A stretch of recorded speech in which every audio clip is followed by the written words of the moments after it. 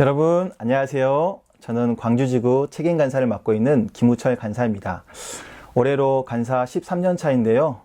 여러분들 앞에서 사도행전을 소개하게 돼서 무척 영광스럽게 생각하고 있습니다. 자, 우리 함께 사도행전에 대해서 알아보시죠. 네, 사도행전의 저자는 수신자였던 데오빌로에게 전에 썼던 글에 대해서 언급하며 시작을 합니다. 그렇다면 이 수신자인 데오빌로에게 썼던 글이란 무엇일까요? 누가복음에 보면 저자인 누가가 이 데오빌로에게 예수님의 생애와 죽음에 대해서 자세히 기록해 써서 보냈던 것을 알 수 있습니다. 즉, 이 사도행전의 저자는 바로 누가복음을 썼던 저자, 누가와 동일 인물인 것을 알 수 있습니다.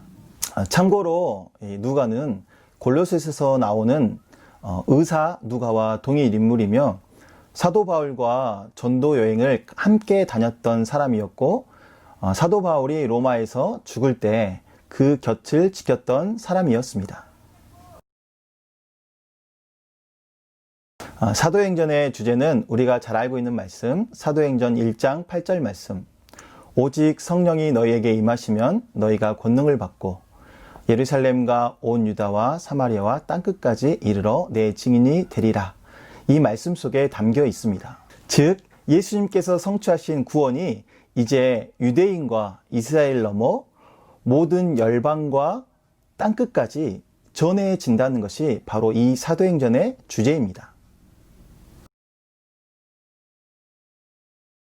우리가 사도행전을 이해하기 위해서 가장 중요한 것 중에 하나가 바로 이 사도행전과 누가복음이 연속된 저작물이라는 사실을 기억하는 것입니다. 즉, 누가복음과 사도행전은 한 저자에 의해 한 가지 목적을 가지고 쓰여졌다는 것입니다. 누가복음에서 예수님을 통해 이루어진 구원이 어떻게 유대인과 이스라엘 넘어 온 열방과 땅끝까지 이루어졌는지 그 과정을 사도행전에서 기록하고 있습니다. 여러분, 그렇다면 어떻게 이 대한민국보다 더 작은 나라 이스라엘에서 시작된 그리스도의 복음이 전 세계 열방으로 퍼져나갈 수 있었을까요? 오늘날처럼 인터넷이 발전된 것도 아니고 나라 간의 교역이 활발한 것도 아니었는데 이 작은 나라의 복음이 전 세계 열방으로 퍼져나간다는 것은 거의 불가능한 것과 같습니다. 이것에 대해서 사도행전은 딱 한 가지로 말하고 있습니다. 바로 오직 성령이 너에게 임하시면, 오직 성령이 너에게 임하시면 이렇게 말하고 있습니다. 우리가 사도행전을 보며 주목해야 할 것은 바로 이 성령님의 역사입니다. 물론 구약 시대에도 성령님께서 역사하셨고 예수님께서 활동하던 시대에도 성령님은 역사하셨습니다. 그러나 오늘날 같이 나라와 민족을 넘어 모든 인류에게 성령님이 임하시는 사건은 예수님이 승천하신 이후에 성령 강림으로 이루어진 사건입니다.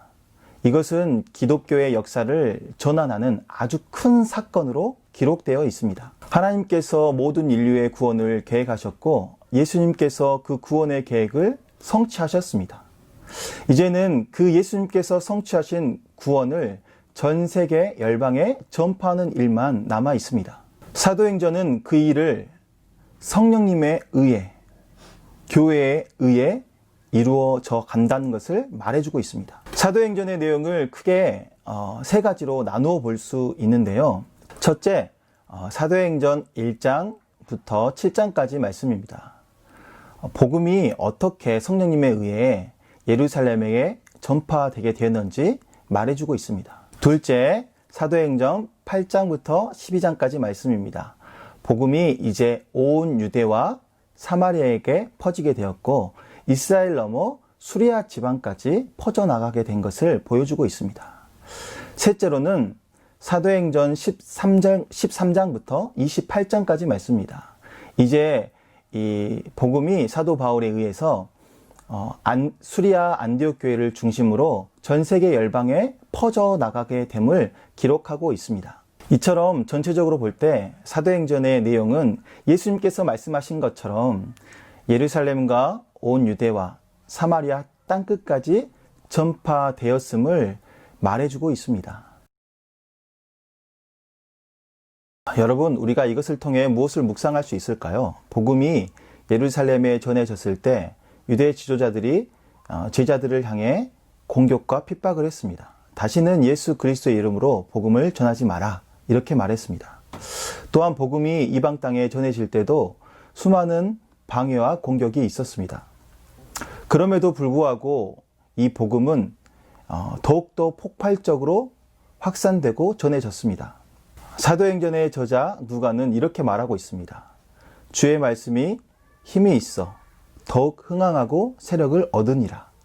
계속되는 대적들의 방해와 공격 속에서도 복음이 승리하고 있음을 드러내고 있는 것입니다. 복음의 역사는 사람의 힘으로 이루어지는 것이 아니라 성령님께서 주도하고 계시기 때문에 어떠한 방해와 공격에도 복음이 멈추지 않고 폭발적으로 전해지고 반드시 승리하게 되는 것입니다. 사도행전은 사도들의 위대한 업적을 드러내는 책이 아닙니다. 그 배후에 있는 성령님의 역사를 드러내고 강조하는 말씀입니다. 그렇기 때문에 여러분들이 이 부분에 초점을 맞춰서 사도행전을 묵상하시면 위로와 힘을 얻게 될 것입니다. 또한 사도행전은 특이하게도 로마에 도착한 바울이 어떻게 되었는지 설명하고 있지 않습니다. 로마가 예수님께서 말씀하신 땅끝도 아닌데 사도 바울이 마치 땅끝으로 향하다가 로마에 멈춰버린 것처럼 느껴집니다. 이것은 예수님께서 제자들에게 주신 사명이 완수되지 않았다는 것을 의미합니다.